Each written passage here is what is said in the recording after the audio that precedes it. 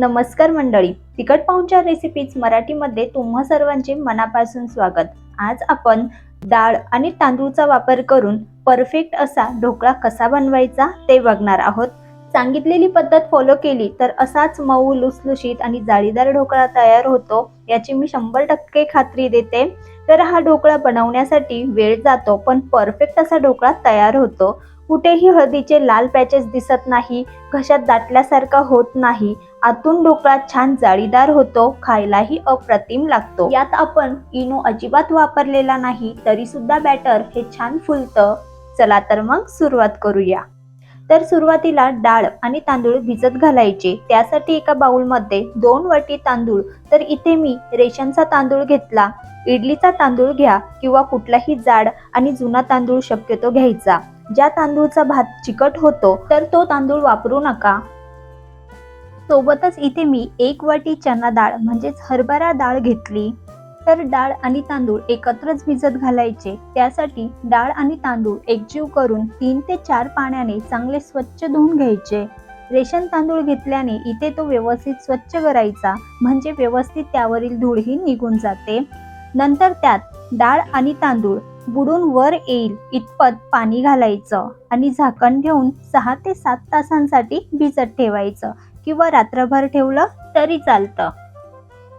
तर इथे मी दुपारी साधारणपणे 12:30 ते 1च्या दरम्यान भिजत घातलं होतं आणि सायंकाळी हे मी दळायला घेतलं। तर 6 तासात तांदूळ तर हा छान भिजतोच, पण डाळ सुद्धा व्यवस्थित भिजली जाते। तर बघा, बोटाने दाबता क्षणीच डाळ ही व्यवस्थित तुटते। तर अशीच डाळ ही भिजवून घ्यायची आहे। तर इथे मी यातील पाणी न फेकता हेच पाणी डाळ व तांदूळ वाटताना वापरणार आहे, त्यामुळे बॅटर फुलण्यास मदत होते। तर इथे ही टीप लक्षात ठेवा। मिक्सरच्या भांड्यात 2 स्टेपमध्ये हे दळून घ्यायचं। दळताना यात थोडंसं म्हणजे साधारणपणे 3 ते 4 छोटे चमचे किंवा पाव वाटी पाणी घालायचं। जसं इडलीचं बॅटर दळतो तसंच रवाळ बारीक वाटून घ्यायचं। तर बघा याप्रमाणे। तर याच पद्धतीने दुसरीही बॅच दळून घ्यायची। तर डाळ आणि तांदूळ दळून घेतलं, कन्सिस्टन्सी तुम्ही बघू शकता। आता हे बॅटर चमच्याच्या सहाय्याने एकाच दिशेने चांगलं मिनिटभर तरी फेटून घ्यायचं। त्यामुळे काय होतं की बॅटरमध्ये फेटल्याने हवा तयार होते आणि तयार होणारा पदार्थ हा छान स्पॉन्जी बनतो। तर ही टीप इथे लक्षात ठेवा। सध्या तरी यात काहीही घालायचं नाही, तर यात मी मीठ सुद्धा ऍड केलेलं नाही। असंच हे मिश्रणावर झाकण ठेवून जास्तीत जास्त रात्रभर किंवा 5 ते 7 तास फर्मेंट होण्यासाठी ठेवायचं। तर हे मी रात्रभर ठेवलं होतं आणि मिश्रण बघा अगदी इडलीप्रमाणे छान फुललं आहे, मस्त फर्मेंट झालेलं आहे। तर बघा चमच्याने दाखवते, आतून बघा किती मस्त अशी जाळी पडलेली आहे। हे मिश्रण म्हणजेच हे बॅटर फुलू द्यायचं आहे, छान फर्मेंट करून घ्यायचं आहे, तेव्हाच आपला ढोकळा हा मस्त जाळीदार बनतो। तर याप्रमाणे सांगितलेल्या सर्व टिप जर तुम्ही फॉलो केल्या तर तुमचा हा ढोकळा अगदी मार्केट स्टाईल मस्त जाळीदार आणि लुसलुशीत होणार आहे। तर नक्की करून बघा। तर सर्व बॅटर हे छान एकजीव करून घ्यायचं। नंतर त्यात अर्धी वाटी पाणी घालायचं। तर बघा पाणी घातल्यानंतर हे बॅटर अगोदर जसं थोडंसं पातळ होतं तसंच करून घेतलं। आता यामध्ये चिमूटभर हिंग, पाव चमचा हळद पावडर आणि अर्धा चमचा अद्रक आणि हिरवी मिरचीची पेस्ट घातली आणि चवीपुरतं मीठ। तर हे सर्व चांगलं एकजीव करून घेऊ। तर अनेक जणांचा ढोकळा हा हळद घातल्याने लाल होतो किंवा त्यावर लाल पॅचेस दिसतात। तर याचे कारण म्हणजे ढोकळा बॅटरमध्ये जेव्हा आपण हळद घालतो नंतर आपण सोडा वापरतो, म्हणजेच बेकिंग सोडा वापरतो। तर हळद ही बेकिंग सोडाच्या संपर्कात आल्यामुळे त्यामध्ये लाल पॅचेस तयार होतात। तर अगोदरच बॅटरमध्ये जेव्हा आपण हळद घालतो तेव्हाच बॅटर हे व्यवस्थित फेटून घ्यायचं, म्हणजेच हळद ही व्यवस्थित बॅटरमध्ये जेव्हा पसरते त्यानंतर आपण इनो घातला तरी सुद्धा त्यामध्ये लाल पॅचेस दिसत नाही। तर बघा बॅटर व्यवस्थित फेटल्याने यावर आता असे छोटे छोटे बबल्स दिसायला लागले। तर असंच हे मिश्रण फेटून घ्यायचं। नंतर यामध्ये 2 चमचे साखर घालायची। साखरेऐवजी तुम्ही पिठी साखर वापरली तरी चालेल। साखर घातल्यानंतर पुन्हा हे मिश्रण थोडंसं फेटून घ्यायचं आहे। तर बघा जास्तही असं जोर लावून फेटायचं नाही, हलक्या हाताने हे फेटून घ्यायचं आहे। नंतर यावर झाकण ठेवून थोडा वेळ म्हणजेच 5 ते 7 मिनिटं बाजूला ठेवायचं, म्हणजे साखरही वितळली जाईल। तोपर्यंत ढोकळा स्टीम करण्यासाठी गॅसवर कढई किंवा स्टीमर ठेवून त्यात तळाला 2 ग्लास पाणी घालून झाकण ठेवून पाण्याला उकळ काढून घ्यायची आणि सोबतच इथे लगेच ज्या भांड्यात किंवा प्लेटमध्ये ढोकळा स्टीम करायचा त्या भांड्याला किंवा प्लेटला 1 चमचा तेलाने ग्रीस करून घ्यायचं। तर पाण्याला उकळ येण्याच्या आधीच ही प्रोसेस करून घ्यायची। पाण्याला उकळ यायला लागली की लगेच साईडला ठेवलेल्या ढोकळा बॅटरमध्ये बघा नंतर घातलेली साखर ही वितळली जाते। तर आता यामध्ये बरोबर अर्धा चमचा इतका खाण्याचा सोडा म्हणजेच बेकिंग सोडा घालायचा। बेकिंग सोडा बॅटरमध्ये चांगला एकजीव करत मिश्रण फेटून घ्यायचं।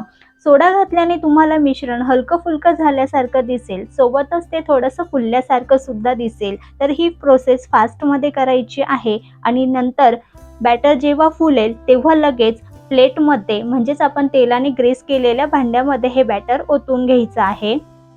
तर इथे मिश्रण हे फर्मेंट केल्यामुळे यात मी लिंबाचा रस, दही किंवा इनोचा वापर केलेला नाही, फक्त सर्वात शेवटी बेकिंग सोडा वापरला आहे।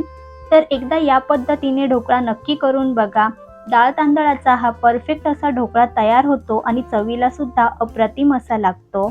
मिश्रण प्लेटमध्ये घातल्यानंतर वेळ न घालवता प्लेट ही लगेच उकळत्या पाण्यामध्ये स्टीम होण्यासाठी ठेवायचं आहे। तर ढोकळा बॅटर हे स्टीम करण्यासाठी पाणी हे उकळतच असावं हे लक्षात घ्या, तेव्हाच ढोकळा हा व्यवस्थित असा स्टीम होतो।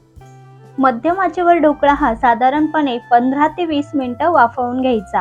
प्लेटमध्ये जर तुम्ही ढोकळा वाफवत असाल तर तो 15 मिनिटातच परफेक्ट स्टीम होतो। डब्यात असेल तर 5-1 मिनिटं कमी जास्त होऊ शकता। तर बघा 15 मिनिटातच ढोकळा हा व्यवस्थित स्टीम झालेला आहे। किती छान असा फुलल्यासारखं दिसत आहे, कुठेही लाल पॅचेस नाही, लालसर झालेला नाही। चाकूने असा मध्यभागी चेक करून बघायचं तर कुठेही बॅटर हे चिटकत नाही, याचा अर्थ ढोकळा हा व्यवस्थित स्टीम झालेला आहे। तर आता गॅस बंद करून प्लेट बाहेर काढून ढोकळा हा पूर्णपणे थंड करून घ्यायचा आहे, म्हणजे पूर्ण हा थंड झाल्यानंतरच तो कट करायचा आहे। ढोकळा गरम असताना जर तुम्ही पीसेस कट करायला गेला तर ढोकळा हा तुटतो, व्यवस्थित त्याचे पीसेस पडत नाही, त्यामुळे तो पूर्णपणे थंड करून घ्यायचा, नंतरच तो कट करून घ्यायचा। तर तुम्ही जवळून बघू शकता जाळी अगदी परफेक्ट अशी आलेली आहे। ढोकळा हा किती छान दिसत आहे आणि मस्त असा फुलला देखील आहे। ढोकळा थंड होतो तोपर्यंत ढोकळावर घालण्यासाठी तडका कसा तयार करायचा ते बघूया। एका छोट्या कढईमध्ये थोडंसं तेल गरम करून त्यामध्ये अर्धा चमचा मोहरी, कढीपत्ता, सोबतच मध्यम आकाराच्या 4 ते 5 मिरच्यांना आतून थोडंसं कट देऊन त्या घातल्या। मिक्स करून नंतर चिमूटभर हिंग, अर्धा ग्लास पाणी घातलं, नंतर 2 चमचे साखर आणि थोडंसं मीठ घालायचं। चांगलं मिक्स करून एक खळखळ अशी उकळ काढून घ्यायची, नंतर गॅस बंद करायचा। तर या ठिकाणी नुसता तडका देण्यापेक्षा असा तडका सिरप तयार केला तर ढोकळ्यावर तो घातल्यानंतर ढोकळा खाताना तो आतमध्ये दाटल्यासारखं होत नाही किंवा आपल्या टाळूला तो चिटकत सुद्धा नाही। छान आंबट गोडसर असा तिखट चवीचा ढोकळा तयार होतो। तर इकडे ढोकळाही संपूर्ण थंड झाला आणि कडेने बघा छान सुटला आहे। तर तो तुम्हाला मी असाच काढून दाखवते। तर बघा ढोकळा हा व्यवस्थित निघालेला आहे, कुठेही चिकटला नाही, तुटला नाही, प्लेटला सुद्धा लागला नाही। वरतून बघा, कडेने बघा छान फुललेला आहे। तर हा ढोकळा पुन्हा प्लेटमध्ये ठेवून याचे पीसेस कट करून घेऊ। तर तुमच्या आवडीप्रमाणे लहान मोठे असे पीसे कट करून घ्यायचे। तर इथे मी मीडियम साईजचेच पीसेस कट करून घेतले। तर चाकूने तुम्हाला दिसत असेल कुठेही कट करत असताना सुद्धा तुटत नाहीये, एकसारखं छान मस्त असं कट होत आहे। तर ढोकळा कट करत असतानाच जाणवत आहे की तो आतून किती असा स्पॉन्जी झालेला असेल, कारण कट करताना सुद्धा ढोकळा हा छान असा एकसारखा कट होत आहे। तर बघा एक पीस काढून दाखवते। जाळी तर बघा वरतून दिसायला जेवढा सुंदर तेवढाच आतून जाळीदार दिसत आहे। फक्त डाळ आणि तांदूळचा वापर केला आहे, कुठेही दही, इनो, लिंबाचा रस घातलेला नाही। फक्त एक स्टेप ही एक्स्ट्रा केलेली आहे, ती म्हणजे बॅटर हे आपण फर्मेंट करून घेतलेला आहे। तर मस्त स्पॉन्जी मऊ लुसलुशीत जाळीदार ढोकळा तयार झाला आहे। तर तयार केलेला तडका सिरप सर्व ढोकळ्यावर पसरवून घ्यायचं। तडका सिरप घातल्याने ढोकळा हा ओलसर होतो, त्यामुळे तो नुसताच खाल्ला तरीही घशात दाटत नाही। तयार ढोकळा हा ग्रीन चटणी, इमलीची खट्टी मिठी चटणी सोबत एन्जॉय करायचा. खूपच टेस्टी लागते. दोन्हीही रेसिपी आपल्या चॅनलवर आहे, एकदा नक्की बघा.